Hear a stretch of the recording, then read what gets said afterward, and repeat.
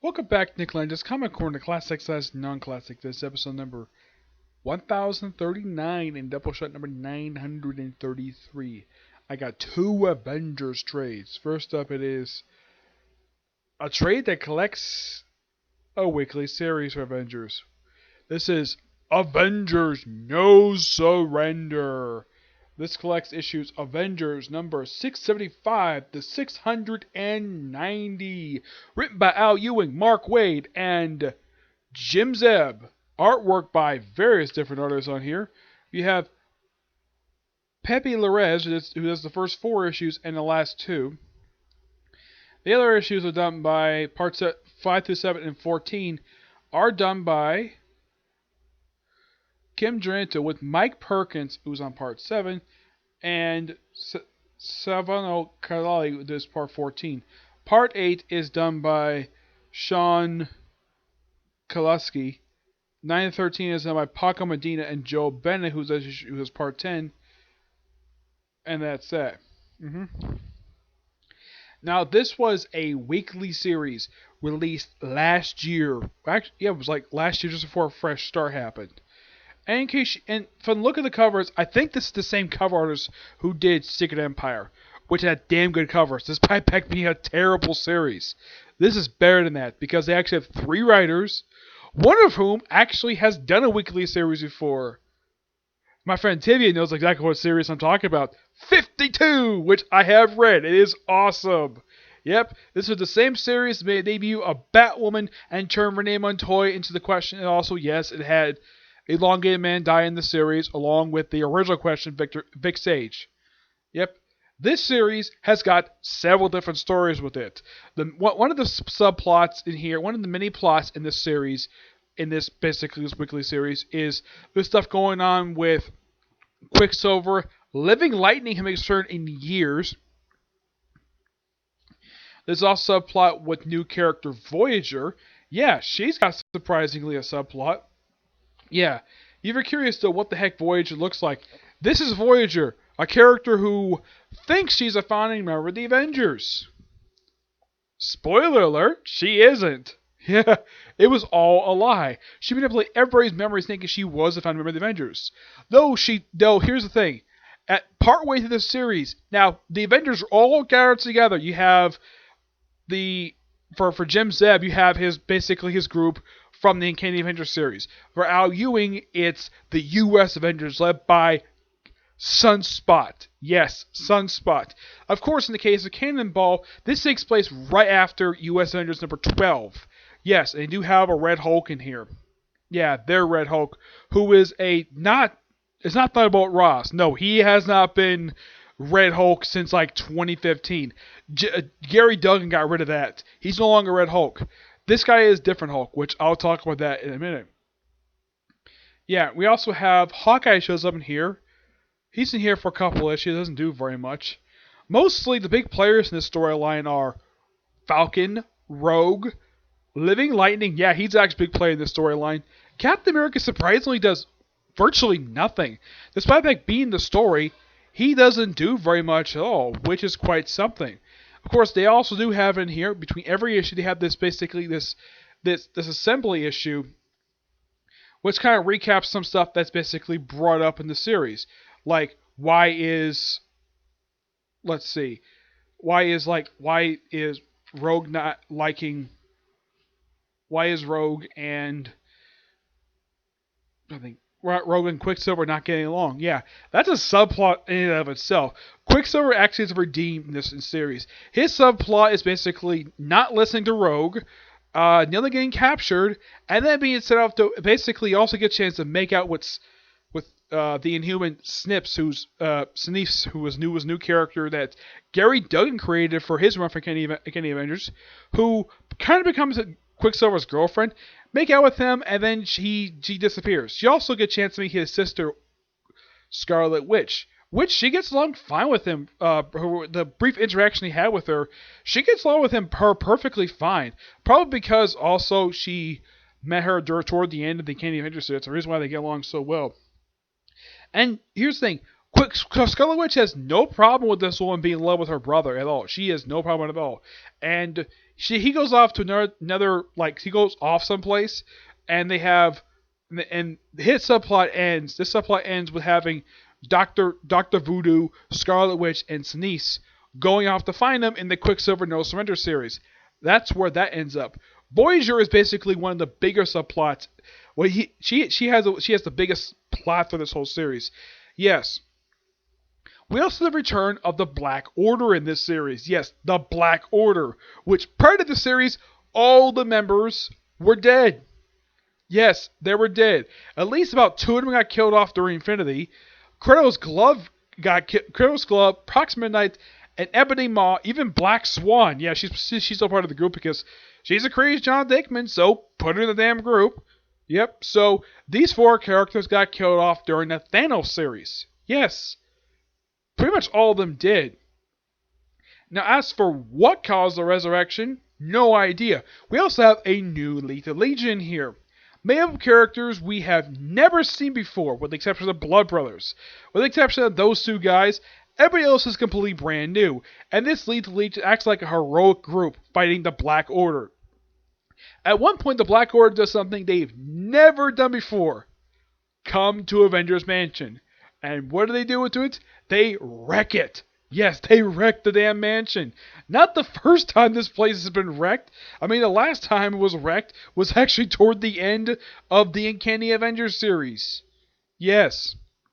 So, the Avengers need to go someplace new. Where do they go? The Auxiliary Headquarters, making its first appearance since the 60s. Yes. Which, thank you, the editor in here, which is Tom Bervat. Yeah, thank you for the editor's note in here, because I have been complaining for a while that Marvel needs to make the editor notes, and at least this editor basically listens. He understands the purpose of editor notes. Yes, which that was a pretty smart move. So they set base operations in the auxiliary this is the auxiliary base for the Avengers, and this is their base operations for the rest of the whole entire series. And of course, you also have many. Now, the biggest when the series started out, this particular one, it started out with the Earth being stolen, which I'm like, yeah, not the first time I've seen in fiction when the Earth has been stolen. This also happened in Doctor Who, of all things. Yes. At the end of, I believe, was Series 4, which is the final series that David Tennant did as the Doctor, when the Earth, along with like 27 planets, were stolen to create this big engine to destroy the whole universe. Watch it. It's called Stolen Earth and Journeys. It's a fantastic 2-part of the end of Series 4, which was also a crossover with Sarah J. Avengers and Torchwood. Yep. So, in case you're wondering, does Captain Marvel show up in this series? Not to the very end. She does nothing in the series. Spider-Man is in it briefly, and then he's frozen. Now, they do explain that the only characters who are frozen is Spider-Man, the Vision. The Wasp was briefly frozen until she got unfrozen. Now, Vision was basically frozen because he actually has the real memories of all the members of the Avengers. As for everybody else, there is no explanation of why in the world they're frozen. Now, there's also one point in the series which I was really excited to see this again. We see this bunker. And we see this is basically having other issues. There is something coming with this bunker. What is it? The Hulk! Yes, the Hulk has been resurrected. Yes, this is a full-on resurrection. Now, he was briefly brought back in Secret. I thought this was like another Hulk from like the one that showed up in the Infinite Avengers event. I thought it was that. No, that's actually not that Hulk. This is actually Bruce Banner briefly resurrected for some strange reason. It's never explained why. Here it's a full-on resurrection, which props for the writers of the series, just because I think anybody can agree killing out Bruce Banner was an absolute stupid idea. Excuse me. Yeah, stupid idea. So they resurrected him fully, and he's become the Immortal Hulk. Yeah, and he breaks into the Avengers auxiliary base, punches on the door, gets in a fight with the Red Hulk, and absorbs his gamma radiation. Which I'm like, okay. Did he steal that ability from the original Red Hulk? Because that was actually his ability. Yeah, the original Red Hulk, Thunderbolt Ross, had this thing where he would actually absorb gamma radiation. He did it briefly to the original Hulk. Yeah, it did it to him. He also did it to the leader briefly. And he also did it to the original MODOK. Yep. So, yeah, that general, he's no longer Red Hulk. Also, it was revealed in here that during the U.S. Avengers series, that his like little watch thing that allows him to become the Red Hulk was tampered with by frickin' Hydra, which this book does explain when the heck that happened. Which thank you, editor, for doing that too. And so, basically, the Hulk was brought back to be an unexpected player. Now, there are two main villains of this series. Okay, the two villains are the Grand Master, which that's not surprising because he is an old Avengers villain. The other one is called the Challenger, who is an original villain. Yeah, and here's the thing about the character Voyager. She's revealed to be, believe it or not, the daughter of the Grand Master. Who her mother is never explained. Yep, her father is the Grand Master. The Challenger himself was eventually defeated at the end of the series by the combined might of about 50 Avengers. Of course, there was a recurring joke prior to this, like, seems like almost most of the Marvel Universe has been an Avenger. I can think of one who hasn't, the Silver Surfer, which that is indeed true. He has never been an Avenger. He's a member of the Defenders, not the Avengers. Yep. And of course, series sets up this, and like 52, this has something in common with 52. Aside from having Mark Waid, it actually sets up other series. Yes. Like, it sets up Quicksilver No Surrender. Now, they have the Hulk meet up with Hawkeye, which they do reference what happened in Civil War II when Hawkeye killed him. Because of his eyesight. And he goes walking off, and where does he go off to? His critically acclaimed Immortal Hulk series by Al Ewing. Yep, got an ongoing series book out of this. And also, the U.S. Avengers are disbanded and basically sort of renamed to Rescue. Sunspot steps down as leader of the U.S. Avengers, handing out the Tony Ho, the daughter of Ho Jansen, the guy who saved Tony Stark's life. And here's kind of the weird thing. She has never met Tony Stark. That would be quite interesting. And plus, I love the fact the character Pod is actually like her girlfriend. That was a subplot they had in the new Avengers series, which I thought was really good that Al Ewing developed that. Yeah. But what happens to the other two teams? Apparently, the main team was disbanded after this. As for the Uncanny Avengers, nothing. They just stopped appearing as a team for some reason. Yeah, it's never explained why. Also, one of the other, this is probably one of the best subplots of the series. The one subplot in here is a continuation of something that happened in the Unstoppable Wasp series, where you have Wasp hanging out with Jarvis the Butler, which you have Beast caring for him. And it was him who pointed out that the Voyager is not a founding member of the Avengers. Yep, and I love the fact that Jarvis plays a role in this story. Though it's a small role, you at least got to praise him for that. This is probably the first time since Axis he's played a part in an actual story. But I got at least got to praise the fact that Rogue is leader of all these Avengers. Great choice. Not freaking Falcon. Nope, not him. But this is also the end of Mark Waid's run. Yeah, this storyline ended his run, though he would do one more Avengers book. No Road Home, which I'll review that probably in the future, and I'll give my final thoughts on that particular book. Yeah, despite having Spider-Man on the cover, he does virtually nothing in this event. Nope. Yeah. But this, of course, is really good. Fantastic weekly series. And yes, I do agree with the writers, Al Ewing, Mark Waid, and Jim said they're a blockbuster and end of an era Avengers. This is end of an era. I give this book a 10 out of 10. It is fantastic. I'd love to hear my friend Tivia's thoughts in this series. Next up is an older set of issues. This is Avengers / Doctor Strange, Rise of the Darkhold. This collects Marvel Spotlight 3 through 4, which is the second and third appearance of Wear It By Night. And speaking of Wear It By Night, we have the first, third, and 15th issue of his first volume. We also have issues 18 and 19 of Touma Dracula Volume 1, the first two issues of Marvel Chillers, Avengers 185 and 187, Doctor Strange Volume 2, issues 15 and 62, though it's basically a prelude for 58 they have in here. They also have 681, which is actually the last issue of the first volume. Thor, number 332 333. Material from Doctor Strange Lives, not Doctor Strange. Dracula Lives, number 6. Amazing Spider-Man, number 22. Uncanny X-Men, A, number 12. And Doctor Strange, Sorcerer Supreme, 9 to 13 and 15. This is basically the backup stories. Writers in this book are the following. There's a lot of writers in here. Jerry Conway, Marv Wolfman, Bill Mantlo, the late Mark Greenwald, David Michelini, Roger Stern, Alan Zilli, Peter B. Giles. Met this guy, really fantastic guy to meet. The late Steve Gerber, the awesome Stephen Grant, very underrated writer. Roy Thomas and Jean Marie Loveher, I think he pronounced his first name. The artwork is by Mike Plog, the late Gene Colan, Young Mano, Sonny Tennant, the awesome John Byrne, Dan Green, Don Perlin, Mark Bright, Steve Lorna, Chris Werner, Rob Lim, David Day, and Dan Day. Wow, a lot of... Yeah, and the first bit of this is done by Jerry Conway. Now, Wear It By Night.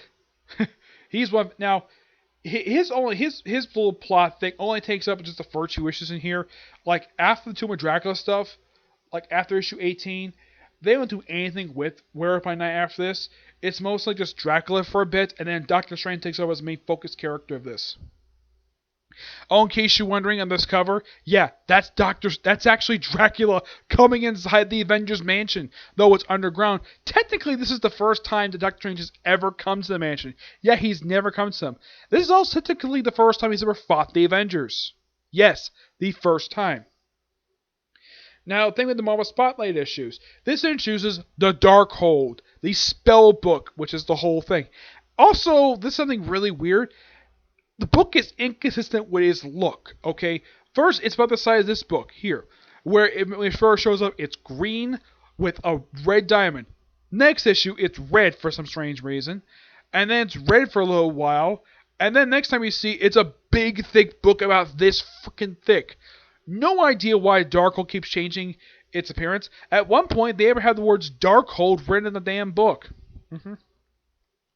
Yep. We also have Blade shows up in this set of stories, because why the heck not? Yep. Now, the more chiller stuff, they introduce the character Mordred Mystic.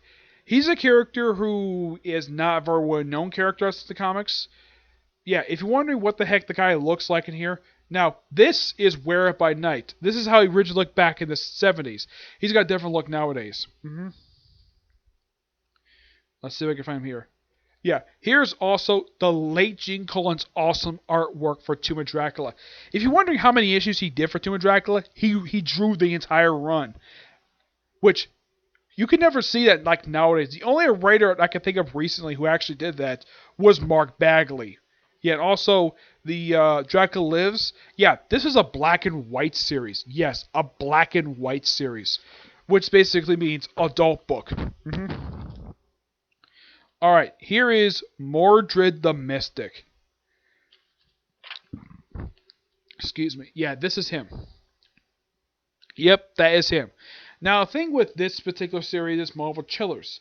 After the first couple issues, the cat took over pretty much the rest of the series. Not the cat. Tigra. Yes, Tigra became the main feature character in Marvel Chillers. He's pretty much a sorcerer from medieval times. That's simply what the stories are. But it's a great set of stories. The whole point of this is just the reason why I think they put his issues in here, just to explain who the guy is when they have the Yesterday Quest in here. Yeah, Yesterday Quest is simply put, along with the material from Uncanny X-Men A number 12, Amazing Spider-Man A number 22. That is simply put the backstory on the creation of this cow woman who actually was responsible for being the midwife for the birth of the Quicksilver and Scarlet Witch. That is simply what this is. And it's mainly put like a demon story, but it's a really fun little story. And if you're wondering who the heck wrote these Avengers issues, I believe it was, I don't know, it wasn't Mark Greenwald who wrote these issues. No, I believe it was, who wrote these issues? It was, I don't think it was Conway. It was, let's see if I can look it up. It was Dave Michelini, with art by John Byrne. The Doctor Strange issues, believe it or not, were written by Roger Stern. Yep, Roger Stern wrote these issues. Yep. These particular set of issues are fantastic. Highly recommend this if you're a fan of Doctor Strange, Marvel's Dracula, or basically anything Marvel horror related. This book is just fantastic. I also give this book a 10 out of 10. Really, really good book. Also, High Lucian plays my role in here. Yep. So yeah, that's it for this particular review. I have one more review coming, and a review of the newest episode of Fairy Tail. Okay, but see you next view. Bye.